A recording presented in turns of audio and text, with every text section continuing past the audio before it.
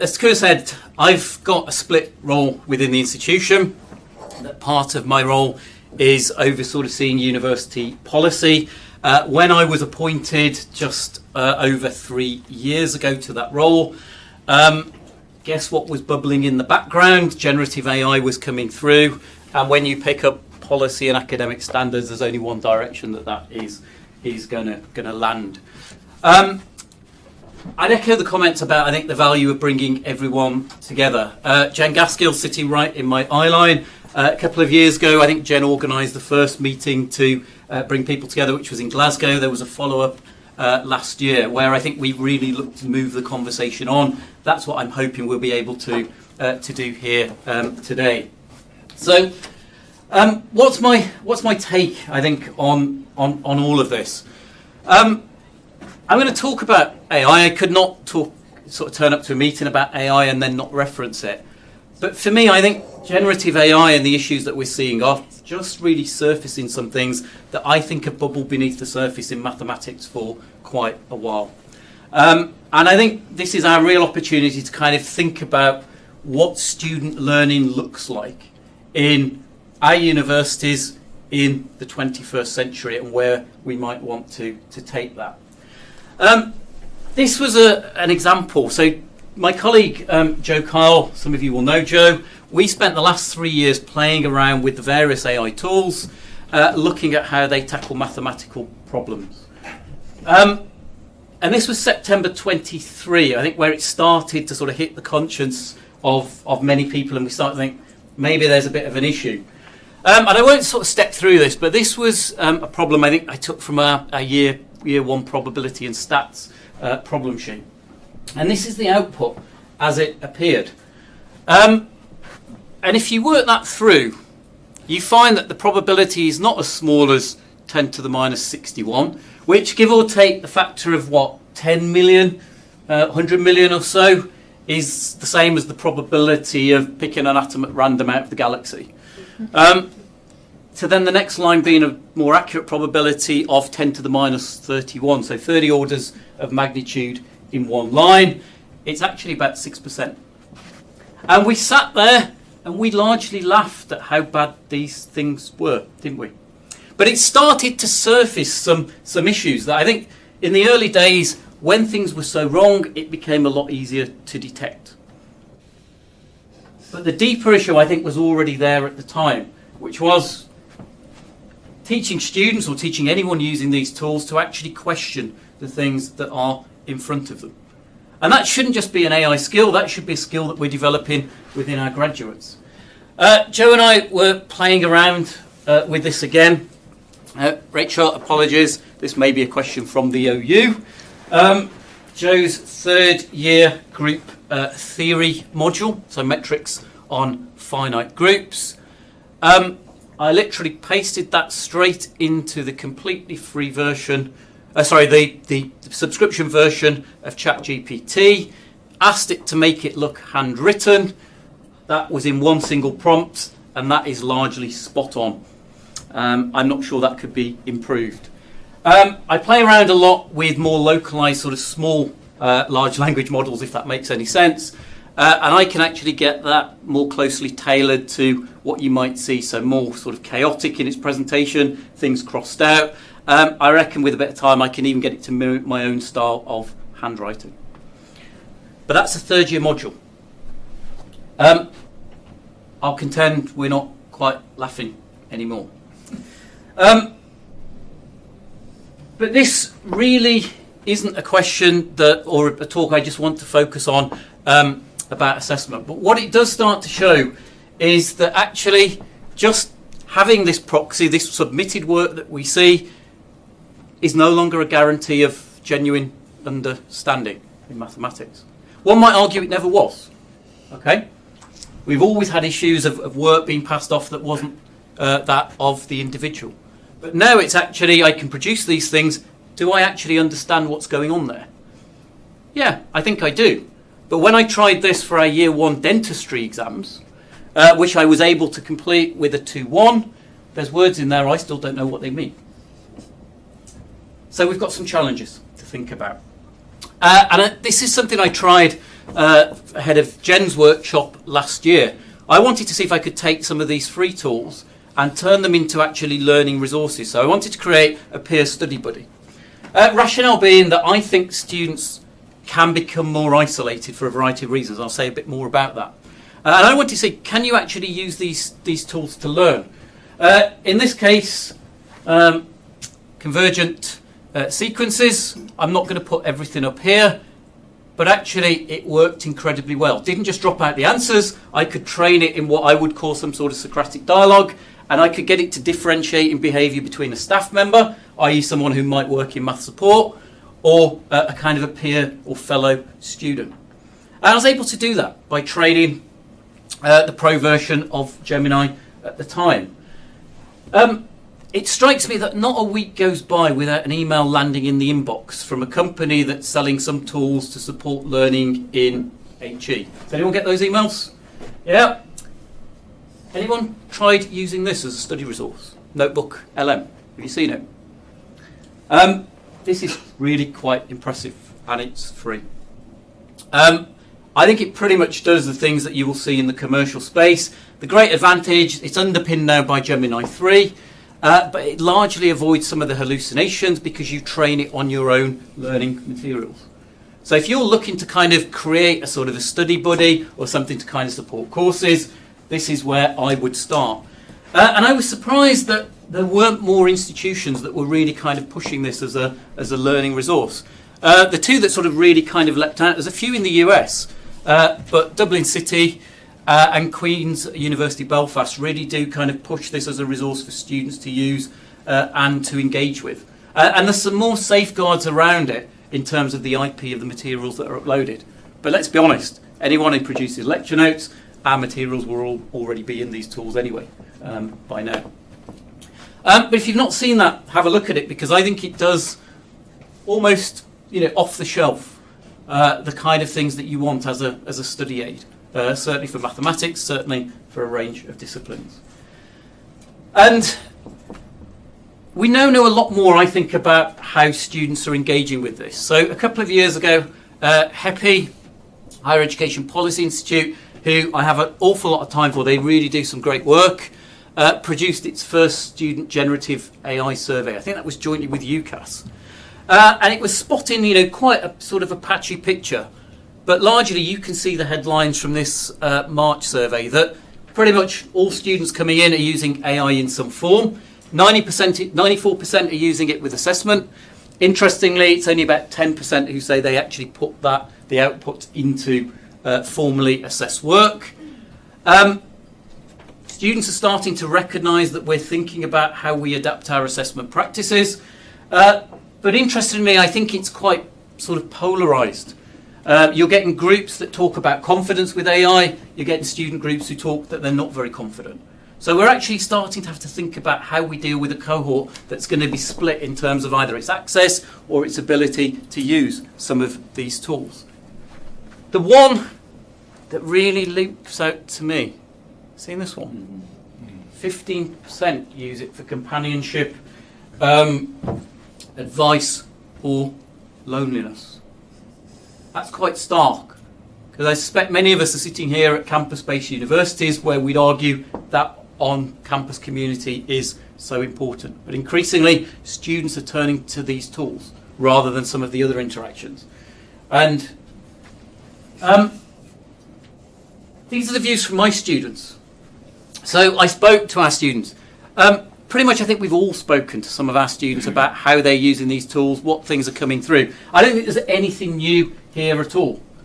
But it's interesting that students do have some moral objections. I think when the narrative started around generative AI, everyone was convinced that every student was going to use it to cheat. I'm not convinced that that's true, because I think the students do recognise that they want to learn. And my students tell me that they want to understand. They recognise that this might be shortcutting, that this might be, cheating. I want to be judged on my own ability. It's interesting that they start to recognise how this will impact upon their ability to learn.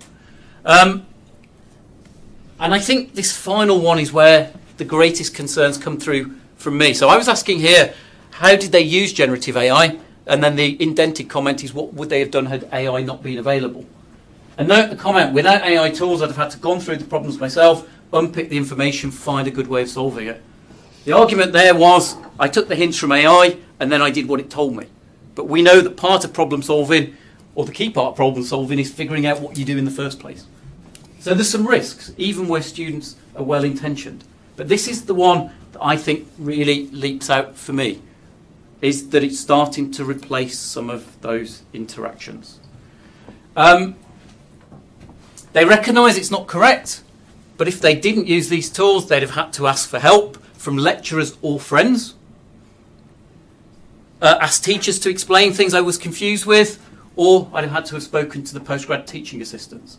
So all the sessions that we set up, and this relates to kind of a workshop-based group problem-solving module that Jamie will have taught on when he was at Birmingham, students are actually shying away from that core human interaction that's part of the learning and problem-solving process to replace it with some of these tools. That should be the thing that I think we're most worried about, not our assessments. We can deal with those. It's how people are learning in an AI age that we really need to consider. And this is a piece of work with Niamh Burton, who works with me as a PhD student. Again, a number of people in this room commented on this.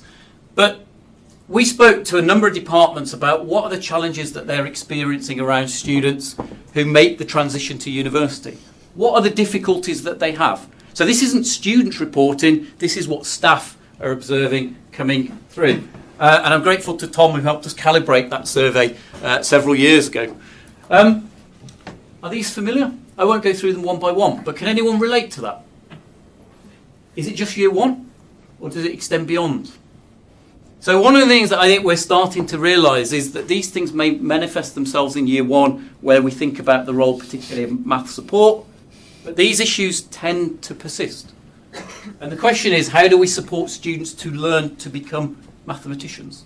What training or guidance or examples do we give to support that whole learning process? And this survey was sort of kind of conducted very much at the start of AI coming through. So this would have been sort of 2023, 2024. It didn't create these issues. These have been here for quite a while. Read some of the literature around math support. But my worry is that you can use AI to bypass those parts of the learning process. But aspects of there, we would argue, are essential to how you learn and develop as a mathematician. So the risks are this shortcutting that might come through. And I'm not going to stand here and say that this is because students are different, they're not engaging, they're not interested. It is really surprised me to see the extent to which students now have commitments outside of their taught programmes of study. I think it's something like 60% of students work more than 15 hours per week. Particularly acute amongst students who are commuters or having caring responsibilities. The fact is that there is now no such thing as the typical student in any of our universities. And it's not that students are not engaging, it's they're having to make trade-offs. They're having to balance kind of work or caring or other responsibilities, pragmatic decisions, as they balance particularly financial necessities with academic commitments. Who here in their kind of classes has found challenges with attendance? Right, there's a few nods, some people put hands up. This is what kind of prompted us to start thinking about this. So we did a piece of work at Birmingham thinking about what can we actually do to make our teaching sessions more engaging. Because it was quite mortifying to hear a student to say, oh yeah, I actually preferred watching your lecture in double speed rather than real time. Right, great. But if a student can watch the presentation and get exactly the same thing from it as they would if they were sitting in the room, what are we doing to encourage or incentivise students to attend? So this is back on us. So how do we think about giving that value that makes not attendance on campus optional or nice to have, but actually essential because it's a core part of university level learning. And I think we need to consider that, our role within that process. And we've been really thinking as an institution about redefining our policies around attendance monitoring and reasonable diligence, it used to be called. We've now completely reframed it in terms of academic engagement. And part of that is our commitment to supporting students to engage and using this as a supportive opportunity rather than a punitive measure.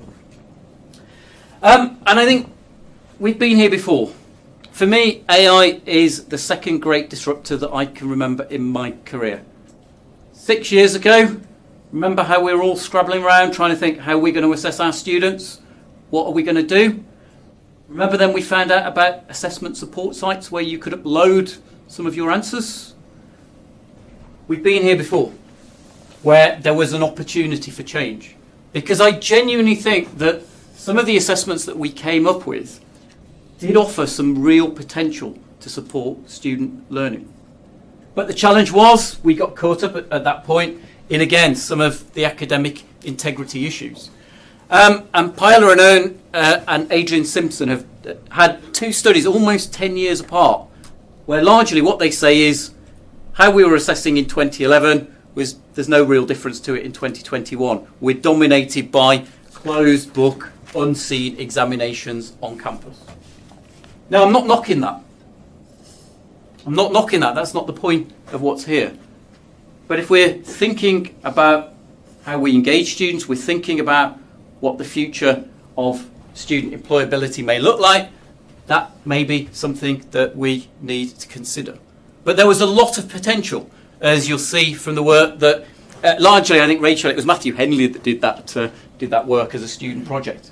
But he found lots of really good practice. I put money on the fact that most of that good practice has now gone.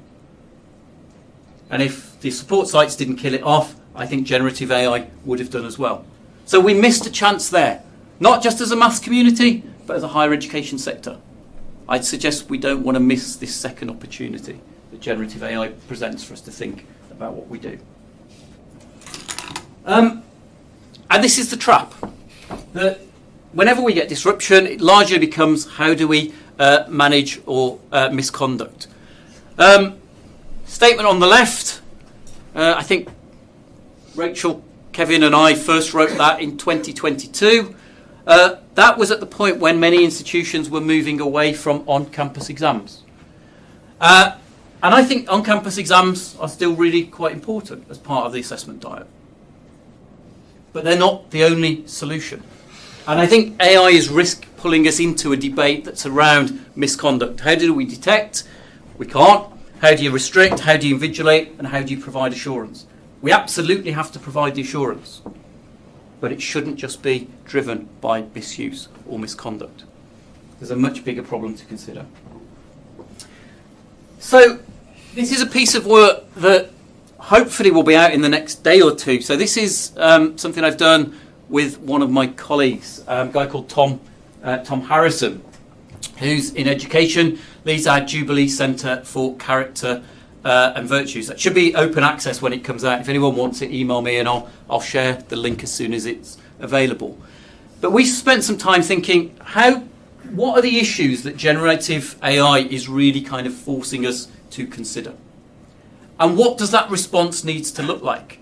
And we've kind of grouped it broadly into kind of four themes around the learning and thinking, the engagement and community, the integrity and judgment, and that ties in quite nicely with some of the workshops we'll see this afternoon, and then this point about responsibility and the wider world. Is there anything on there that anyone thinks is surprising?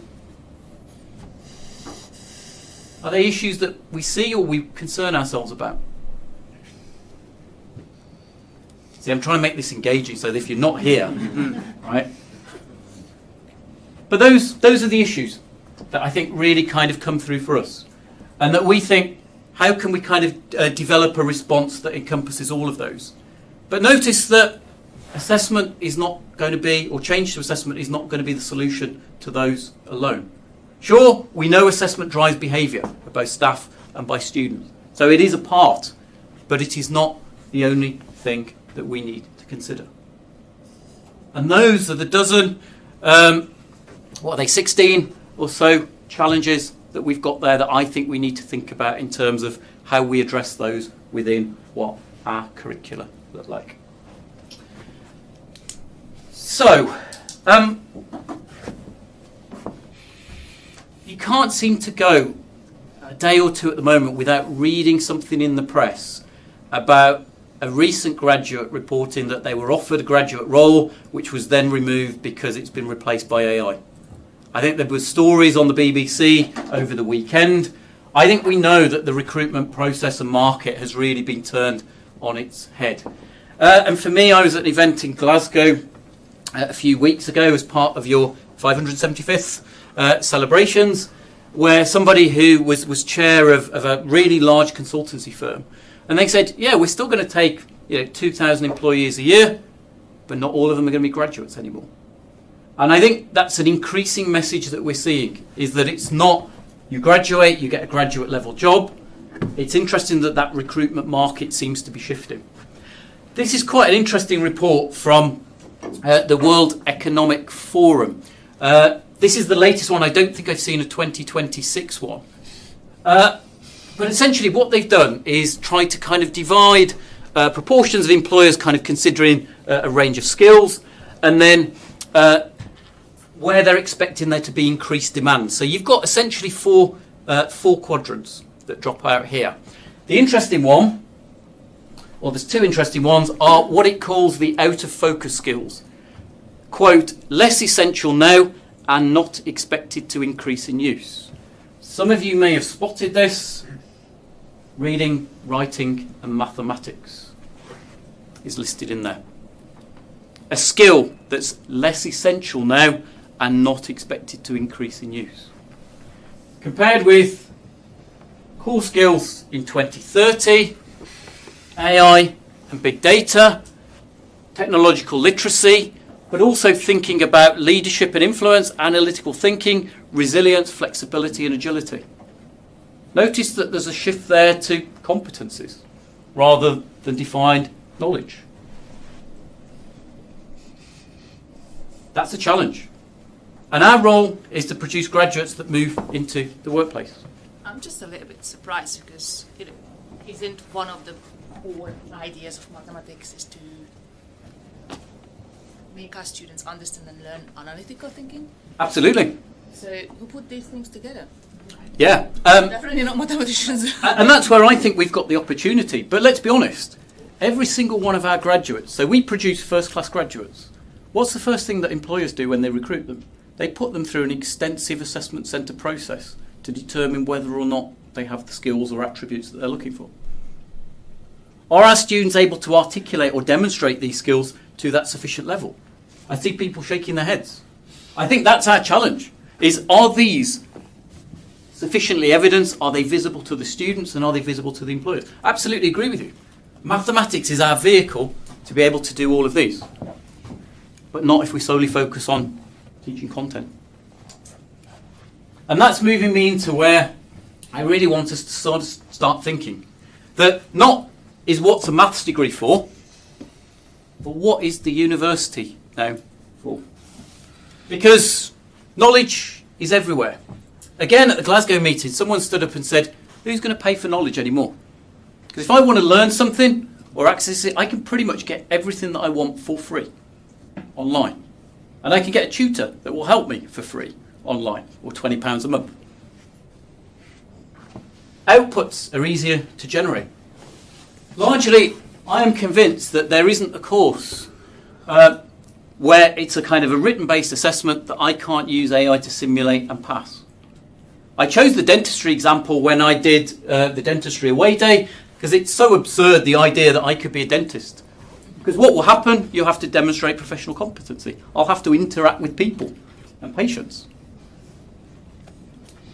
But the written assessments, I can simulate. And I was able to do that in one innings of a T20 World Cup, so about an hour and a half. I was able to write all of those assessments, having built and trained an AI model. So I've started thinking, and Tom and I have gone back to starting to really kind of think about this, what's the role of the university? And I think we have to think, what's the role of mathematics within that? If information can be accessed anywhere, then I think the distinctiveness of the university is in the interactions and engagements that it makes possible. That doesn't mean we have to put people necessarily in a room. We can facilitate those things in other ways. But how do we have those connections that become meaningful? And for me, it's starting to think about exactly your point. What are the mathematical judgments? Or what does mathematical judgment should a degree form? And that's a much bigger question than how do we modify our assessments? Which is where I think many colleagues are still thinking. How do we make our assessments resilient? For me, I think we've got to think about what does a mathematical sciences degree look like? And a bigger question with my university role is what does education look like? And the challenge is, I think if we don't grab this, these will be the conversations that are happening elsewhere within our institutions. So let's think how we can grab this now. And to be completely clear, that this isn't knowledge versus skills. We have something called our graduate attributes. This is something I kind of worked on about 10 years ago. Tom has kind of, Tom Harrison has really kind of turned this into a big thing for our university. These 3 statements that we want our graduates to be intellectually curious, future focused, and have practical wisdom. That's got relevance for something that I'll show you a few slides on. I'm not standing here saying we have a maths degree where there's no content, where we don't teach any students knowledge. Knowledge is the foundations upon which our discipline is built. But it's the foundations. It is not the end point. There are things that we want students to know and understand. That has to be the case. But the skills are what we want students to do with that. I think when the internet came about, we started to have conversations about skills-based learning within universities. I think AI's moved that on, and we now want to think about competencies. How do you apply knowledge and skills effectively in particular contexts? So the scenarios that students encounter. And what are these attributes, these kind of dispositions that shape that behaviour, judgment, action and responsibility? So don't get me wrong, mathematical knowledge still forms the foundation. But graduate capability is what students learn to do with it. And my challenge is, do we have the balance between those two correct within not just our maths degrees, but with any degree? And after I gave a talk a few weeks ago, someone kind of emailed me and said, what was my take? Do I think that kind of maths degrees have too much content in them? And my response was sort of sitting on the fence, possibly. It's not down to me to say how anyone should design a degree. I think our degrees should serve different purposes, right? That's what they're there for. We should think about how we're distinctive as universities. But my response was, where do we start when we design programs? Who here has designed new programs? Hey, a few people. Where do we start? Do we start thinking about what modules can we put into it that we've already got? Or do we start thinking about what do we want our graduates to become when they graduate? Is it the former or the latter? I think we largely adopt the sort of the plug and play model, which I took from a Windows PC. Right? We take a set of modules, we put them together, then we call it a program. Is that the right way of doing this? But on the right, I've spent some time, again, with AI. So one of the things I've been working on with a colleague in Canada is AI research assistants. So we've been building AI research assistant bots to kind of help us with various problems. One of the things I've set it off doing is looking at learning outcomes for mathematics degrees. If you sort of distill what the learning outcomes look like, they look broadly like those 6 things. So those are the things that we largely say that we do. I challenge you all to go back and say, what's the balance within my own degree? To what extent do we get students to demonstrate judgment and integrity? Or be able to use tools, so software tools, not just generative AI, critically and responsibly? I think if we divided those up, we would probably be looking at one being far heavily weighted than the others. And Chris Sanguine did an interesting piece of work. I've not got the slides here. Or I took some of Chris Sanguine's slides from some work that Ellie Darlington did of mapping first-year exams and looking at what was the cognitive level of challenge. And most of them were knowledge and fact recall.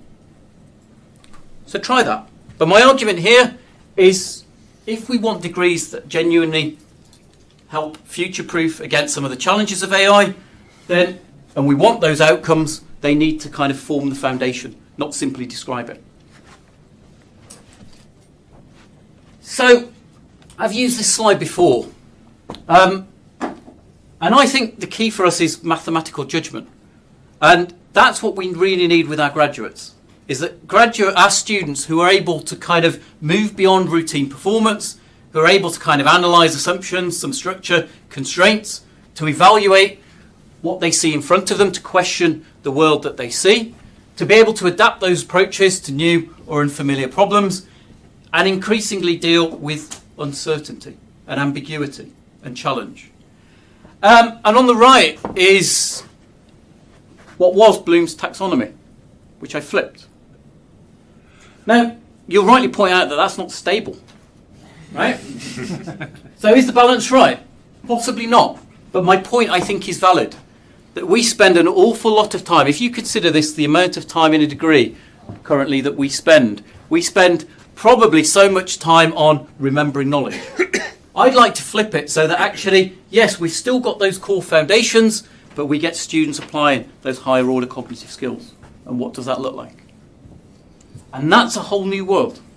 That really is a whole new world. This isn't a quick fix overnight. This is a real fundamental shift.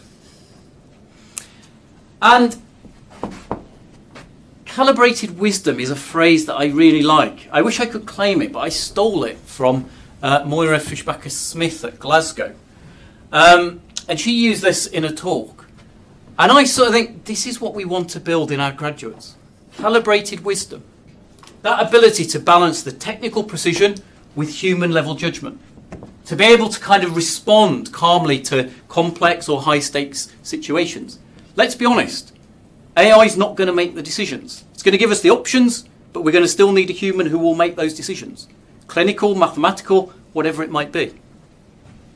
But we want them to be able to integrate new technology and use that ethically, which is why it's really important we're discussing some of those topics. But actually know when they should take action, when they should ask questions, and when they should pause making a response. I'm not convinced I could look at our own degree and say we would produce a graduate currently that does all of those things. And I was one of the ones that was involved in our curriculum a number of years ago. So for me, this calibrated wisdom is judging what we can trust, or we want students to be able to judge what to trust, what to challenge, how to act responsibly, and how to explain that judgment clearly to others. And what I'm not advocating for here is this isn't just about dropping one or two modules into a program, right? This is not about employability. This is my module, Year 1 Modelling and Problem Solving, where I get students tackling open-ended problems, they work in groups, they peer review, they can use AI, they have to kind of use it ethically, but they have to reference it, they have to validate, justify, communicate their work in very, very different ways.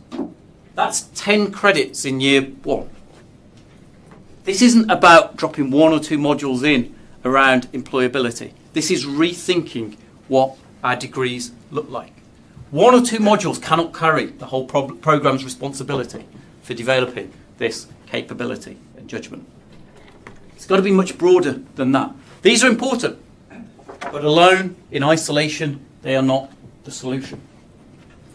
So this is where I'm thinking, and I say sort of me, this is conversations that Rachel and I have had, Rachel Hilliam, where we've been doing a bit of work thinking around what would we expect graduate competencies to look like within the mathematical sciences. And this is a framework where I've tried to apply that to Birmingham. Notice the headings: intellectually curious, future focus and practical wisdom. They're our graduate attributes that Tom Harrison developed.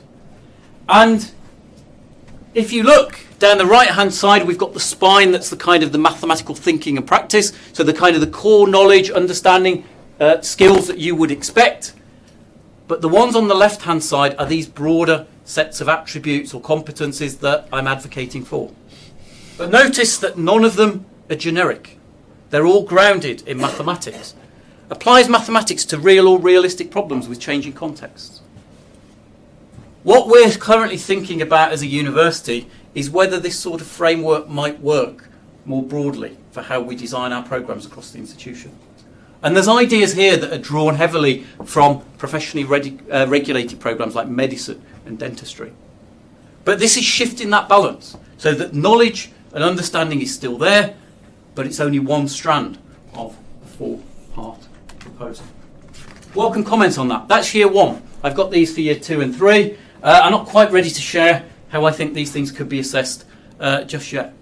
But that's work that Rachel and I have done talking and thinking about this. So a few slides to start sort of bringing this together. Here's my argument.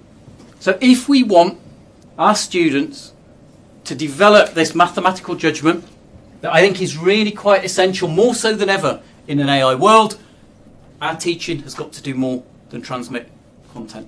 And I realise the irony of saying this, standing here giving what is effectively a didactic lecture. But effectively I did try and evolve people, right? But this is what I think we have to do as a starting point. How do we make that mathematical thinking visible? At the moment, what do we reward? We reward correct and precise answers. We don't reward students where they show that kind of messy, unstructured thinking.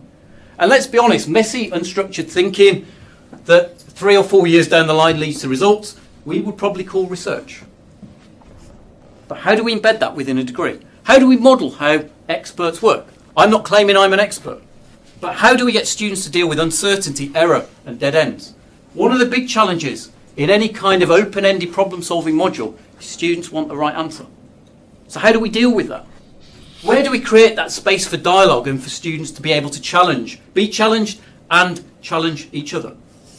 That human connection, working with staff, working with each other, working with postgraduates. But I think it's got to be more about active engagement. And I'm not going to stand here and claim this is easy. A few years ago, we were all having conversations about how we could have smaller, more interactive teaching, right? Now the conversations are, where can we build another large lecture theatre on campus to accommodate the student? I'm not saying this is easy. And there are competing pressures here that we need to think through. But we need to really think about them. But we also have to teach the critical use of tools. And that's not saying that every student has to use AI. There will be students that I would call conscientious objectors. Those who choose not to use it for whatever reasons they might be. How do we ensure that they are not disadvantaged within this process as well? It's another challenge that we have to consider.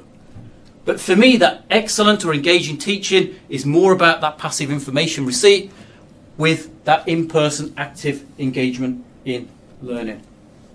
And something that I don't think we do is always connect what happens in the classroom with the wider co-curricular or extracurricular offer. I'm not saying that everything on that list of attributes or competencies should be developed within our classrooms. Next week we have our summer term UOB Extra programme where students will engage in a whole array of sort of experiential co-curricular additional learning opportunities. We have years abroad, intercalated years, placements. How do we bring all of those into a degree as well? And think about that wider institutional offer, not just what we do within our classroom. That's something we're really thinking with as an institution.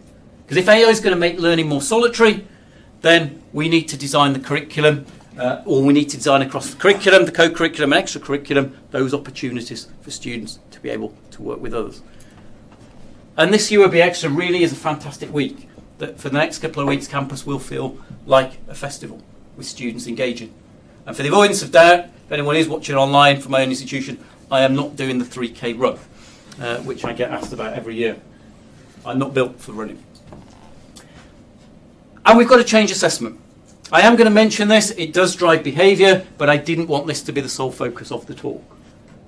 We really have to think about how we diversify. For me, the key challenge is how we make thinking much more visible. Lots of people are now thinking about oral explanations or vivas. If we're going to do that, and I'm not against it, we've got to scaffold that all the way through. Suddenly giving the students a viva on their third year project worth 40 credits is not really fair, is it? We've got to build this, we've got to scaffold it, and I much like the idea of kind of collaborative conversations, which my colleagues in chemistry do, particularly around lab work, which is just a routine part of the discussion. But we've also got to recognise that mathematical work rarely starts from nothing. We ask our students to do things and produce things from scratch. many problems that I've been involved with, and colleagues here will have been involved in far more than me, often start by building upon outputs produced by somebody else. AI gives us the opportunity to produce outputs built by something else, and it will do this tirelessly. Its ability to personalise learning resources is phenomenal. So we can use it. But rather than invert a 3x3 matrix from scratch, can students tell you how you would check whether the inversion is correct? Because up and down the country, people will spend 30 minutes in an exam trying to do that. Is that relevant in an AI age? So let's design for learning, not just for policing. And I think the key point is I think we've got to be educative in our response. We're changing some of our academic integrity processes because we're realising that some students are getting picked up not because they're deliberately trying to cheat, but they kind of made a mistake. And so we now want to have effectively a speed awareness type course where if you make a genuine mistake, you're not actually penalised. So yeah, there's still some penalty there, but it's not like points on your licence. Tom? We had a very interesting academic misconduct case recently where a student who has not been able to attend a lot used AI to teach himself like complex analysis, so like back and forth, and then he was picked up on the assessment for using AI to cheat because the terminology is not what was taught in class, and he was like, well, that's what I did, and I mean, believe him or not, that's a new thing. Yeah, and let's be honest. I mean, if students are kind of missing sessions, you want to learn a topic now. This is where I would go to start with. And so actually, it's not always going to mirror the terminology. That's why I like Notebook LM, because you can actually tailor it to use your terminology. And so it can support your learning in that way. But it's a fact that, a few years ago, we'd have quite accepted a student might have used a different book. But now we're convinced that something untoward has gone on with the assessment object. So how do we ensure that we don't pull innocent students into that trap and actually make anything that happens like that a learning process? And that way we can get students to better define their notation, can't we? So let's make it educative. And this is largely my final slide, that I think these are the questions we need to ask about our degrees. This won't surprise you, I've used this slide before, but I'm using this for a number of different programs. You can swap mathematics for any program here. What do we want evidence of? Where do we want students to be able to practice and demonstrate this? And how visible is their mathematical thinking within our program? How are we engaging them with some of the modern tools? I think there are opportunities for us, for example, to have far more programming in our degrees. Computer science numbers previously gone through the roof. Mathematics, if we had more programming, there would be opportunities for some of our graduates. But where do students get encounter and challenge? Where do we build that in? And how do we design for engagement and belonging? And I think to answer the question that I was asked, I'm not suggesting we add more and more to our degrees, but I think it's being more deliberate about how we design our teaching, assessment and support processes. And I'm not giving the answers here. I've got my own thoughts, I've got my views. But I think this is a challenge around a set of questions we all need to get together and deal with as a community. Because that's the value of some of those statements that you saw from the IMA, LMS and RSS. It was a community perspective. And I think this is our moment to be able to do the same for AI. So there you go. And that's something I was playing with at the weekend, which I decided to build an AI bot that would turn photos into any random characters. That's me as a Muppet. I laughed at that for about 20 minutes, so I know that's quite cool. But questions or comments?